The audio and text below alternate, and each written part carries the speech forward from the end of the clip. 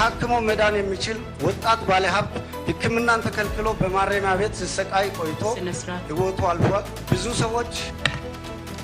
ሰዎች ያቂውን ጨርስና ከዛ በኋላ እንሰጥሻለን። እናቶች በአሰቃቂ መልክ እየሞቱ ናቸው ተብሎ የተገለጸው ስነ ስርዓት የተከበረው አፈ ጉባኤ ስነ ስርዓት እናንተም ሐሳባችሁን እንድትገልጹ ጊዜም ሳንገድብ በቂ ጊዜ ሰጥተን ተናግራችኋል። እሷም ደግሞ የተከበረች ምክር ቤት አባል የራሷን ሐሳብ መግለጽ መብት አላት። የሰላም መፍትሄ አካል የሆነው ጅምላ ስር ጅምላ ግድያስ የሚቆመው መቼ ነው?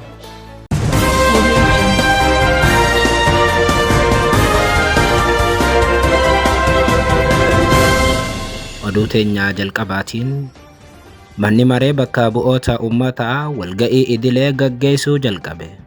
Walga'ii har'aatiin miseensonni paarlaamaa Itoophiyaatti mootummaan keessan dirooniidhaan lammiilee nagaa yoom ajjeesuu dhaaba jechuun Abiyyiif gaaffii cimaa dhiyeessaniiru. Gama biraatiin seenaa paarlaamaa Itoophiyaa keessatti miseensonni paarlaamaa gamaaf gamanaa maayikii walirratti qabaa turan.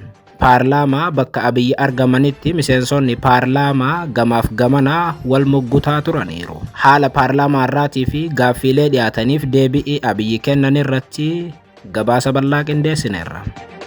Oduu itti aanuun mootummaan Eertiraa xayyaarri Itoophiyaa qilleensa Eertiraa keessa akka hin balaliine dhorkuun himame. Eertiraan xayyaara Itoophiyaa erga uggurtee booda ammas tarkaanfii biraa fudhatteetti. Gabaasa bal'aa dhageessu. Oduu itti aanuun bulchiinsa magaalaa Finfinneetti barattoonni musliimaa sababa uffannaa isaaniitiin ittifaman gara barnootaatti akka deebi'an majlisni magaalaa Finfinnee gaafate. Oduudhumaan wal qabateen guyyaa irraa paarlaamaa irratti gaaffiin barattoota shamarranii musliimaa Abiyyiif dhiyaateera. Gabaasa bal'aa dhageessu.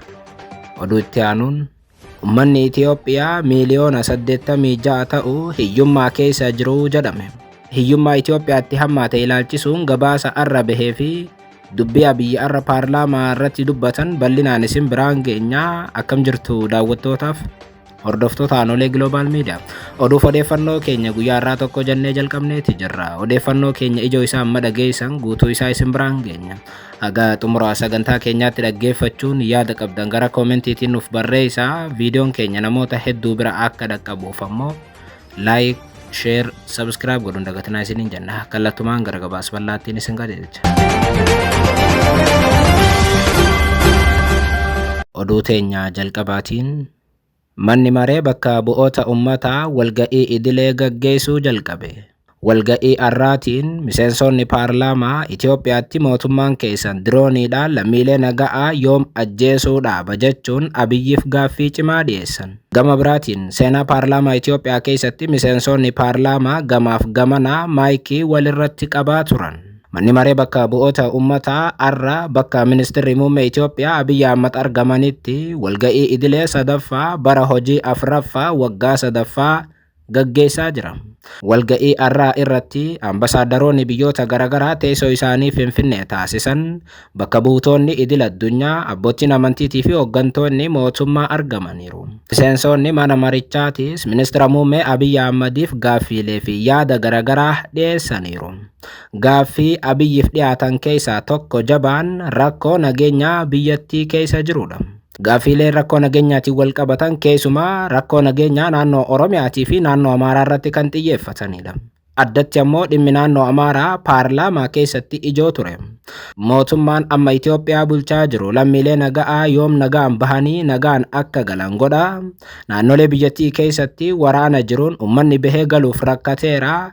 Isin maaliif nagaa buusuu dadhabdan jechuun Abiyyiif miseensonni paarlaamaa gaaffii dhiyeessaniiru. Ajjeechaan gara jabinaa keessumaa ajjeechaan dirooniidhaan raawwatamu hidhaan jumlaa naannolee keessatti deemaa jiru hammaatee jira. Kana hunda ammoo yoom dhaabdan jechuun miseensonni paarlaamaa Abiyyiif gaaffii dhiyeessan. Sun qofa osoo hin taane mootummaan ammaa kun yoom waraana caalaa karaa nagaatiin rakkoo biyyattii fura kan jedhu Abiyyi gaafatameera. የሰላም መፍትሄ አካል የሆነው ጅምላ ስር ጅምላ ግድያስ የሚቆመው መቼ ነው? የኢኮኖሚ ችግሩን ለመፍታት ዜጎች ከቦታ ቦታ ተንቀሳቅሰው መስራት አለባቸው። ነገር ግን ያን ላለፉት በርካታ ዓመታት ማድረግ አልተቻለም። ዜጎች በነፃነትና በሰላም ከቦታ ቦታ ተንቀሳቅሰው እንዲሰሩ መንግስት የሚያስችለው መቼ ነው? Gaaffiin biraa ministeera muummee Abiy Ahmediif dhiyaate mootummaan dhiibbaa amantaa Islaamaa irratti godhu yoom dhaaba kan jedhus ijoo ture.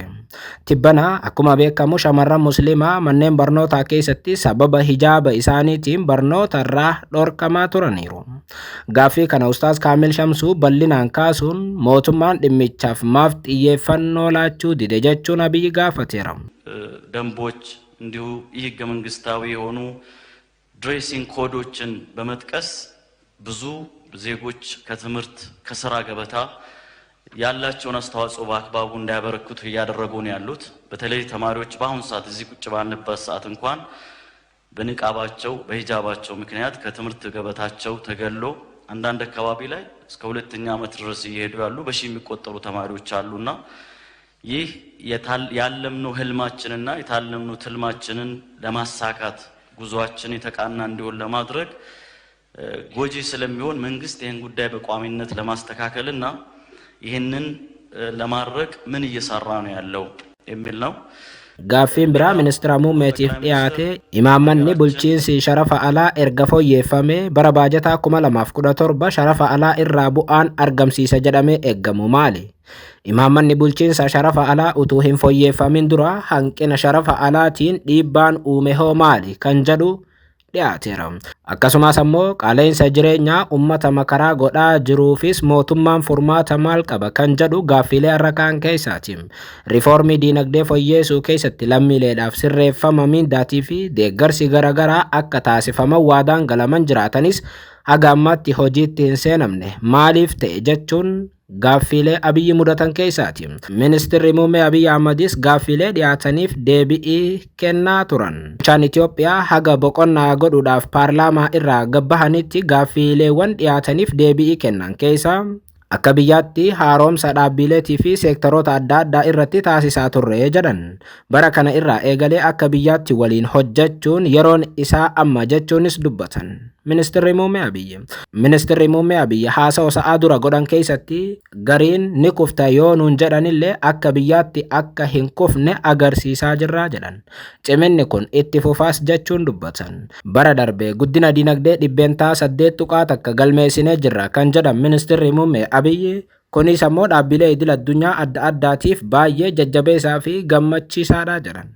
Bara kanatti ammoo guddina dinagdee 8% galmeessuuf hojjechaa jirra jechuun dhaadatan. Ministeerri muummee Abiy gaaffilee gaafataman bal'aa ministeerri muummee Abiy sa'aa booda itti deebi'uuf boqonnaa bahan. Paarlaamaan walga'ii idilee har'a gaggeessaa jiruun jijjiiramaatu irraa mul'ata. Seenaa paarlaamaa Itoophiyaa keessatti miseensonni paarlaamaa maayikii walirratti qabuun osoo wal muggutanii mul'ataniiru. Kunis ammoo bakka ministeerri muummee Abiy jirutti yeroo jalqabaatiif ta'uu isaaniiti. ታክሞ መዳን የሚችል ወጣት ባለሀብት ሕክምናን ተከልክሎ በማረሚያ ቤት ሲሰቃይ ቆይቶ ህይወቱ አልፏል። ብዙ ሰዎች አስጸያፊ ከአንድ ከተከበረ ምክር ቤት በማይገለጽ መልክ እናቶች በአሰቃቂ መልክ እየሞቱ ናቸው ተብሎ የተገለጸው ስነ ስርዓት የተከበረው አፈ ጉባኤ ስነ ስርዓት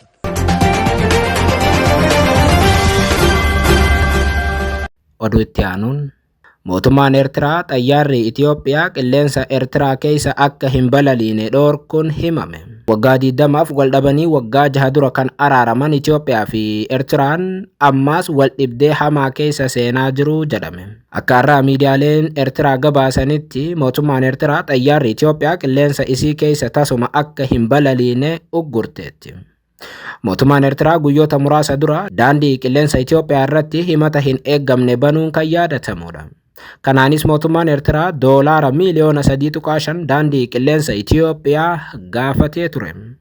Abbaan taayitaa siviil aaviyeeshinii Eertiraa daandii qilleensa Itoophiyaa irratti boorsaaleen 450 badeera jechuun himate. Kanaafis ammoo doolaara miliyoona 3.5tti dhiyaatu gaafate.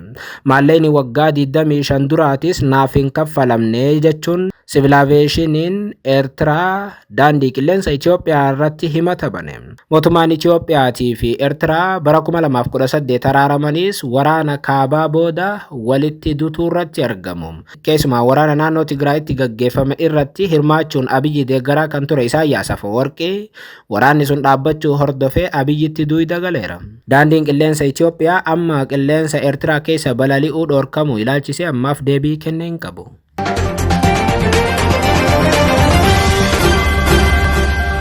Oduu biraatiin magaalaa Finfinneetti barattoonni Musliimaa sababa uffannaa isaaniitiin ittifaman gara barnootaatti akka deebi'an majlisni gaafate. Magaalaa Finfinneetti manneen barnootaa tokko tokko keessatti barattoota Musliimaa shamarranii irratti sababa uffannaa isaaniitiin dhiibbaa fi dararaan amantaa irratti xiyyeeffate irratti gahaa jiraachuu manni maree olaanaa dhimmoota Islaamummaa magaalaa Finfinnee ibseera.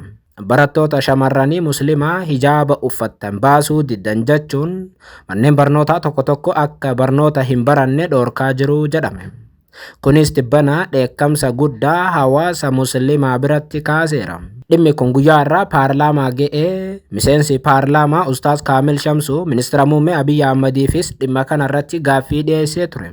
Manni maree dhimmoota Islaamummaa magaalaa Finfinnee dhimmicha ilaalchisee guyyaa kaleessaa xalayaa biiroo barnootaa magaalaa Finfinneetti ergeen dhiibbaan barattoota Musliimaa irratti ga'aa jiru jedhe kun torbaan lama lakkoofsisuu ibseera.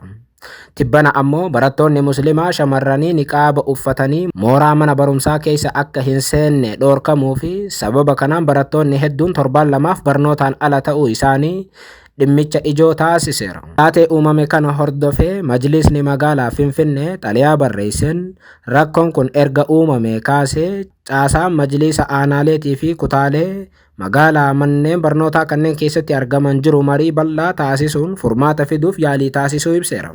Haaluma kanaan waliigaltee manneen barnootaa muraasa waliin irra gaameen barattoonni kunneen gara barnoota isaaniitti akka deebi'an kan taasifame ta'us guyyoota muraasa booda garuu haala waliigalticha irraa baheen barattoonni haguuggii afaanillee akka hin godhanne dhorkamaniiru jedhe majlisni Finfinnee. Uffannaan barattoota Musliimaa kanneen qajeelfama naamusaa biiroon barnoota magaalichaa baase kan hin cabsine ta'ee utuu jiru sababa hooggantoota tokko tokkootiin barattoonni barnoota isaaniirraa akka ittifaman taasifamuun barattoota irratti dhiibbaa xiinsammuu uumaa jira jedhe majlisni Finfinnee.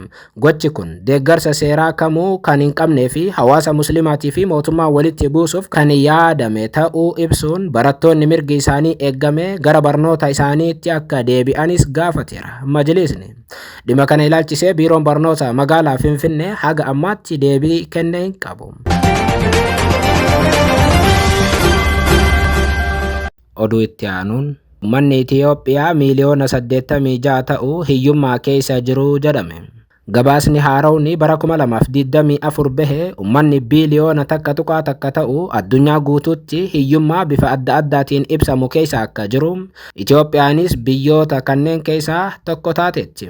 Gabaasa Multidimensional Poverty Index yookaan MPI jedhuu fi walta'iinsa sagantaa misooma dhaabbata mootummoota gamtoomaniitii fi Yuunivarsiitii Oxfordiin qophaa'e irratti uummata addunyaa biliyoona 6.3 ta'u keessaa biliyoonni takka kan ta'u hiyyummaa keessa jiraataa jedha gabaasni kun. Gabaasni haaraan onkololeessa keessa bahe kun biyyoota 112 keessatti ragaalee adda addaa yeroon irra hin dabarre sassaabuu ibseera. Gabaasichi hiyyummaa kallattii hedduu kan ilaale yoo ta'u uummata biliyoona takka guutuu addunyaarra jiran keessaa miliyoona 553 yookaan dhibbeentaan 48.2 kan ta'an biyyoota Afrikaa Saharaa gadii keessa jiraatu jedha.